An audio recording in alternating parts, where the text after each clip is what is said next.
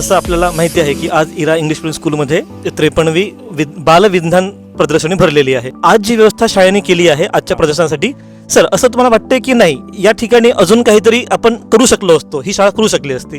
जवळपास सगळं नियोजन केलेलं आहे. ज्या ठिकाणी असं सांगा वाटतं असं काही दिसून येत नाही.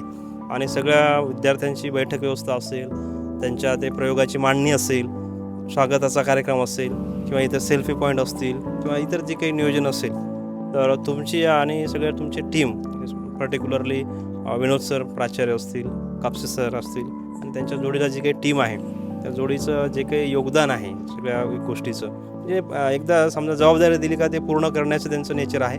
त्याच्यामुळं कुठेही असं बोट ठेवायला जागा दिसलेली नाही.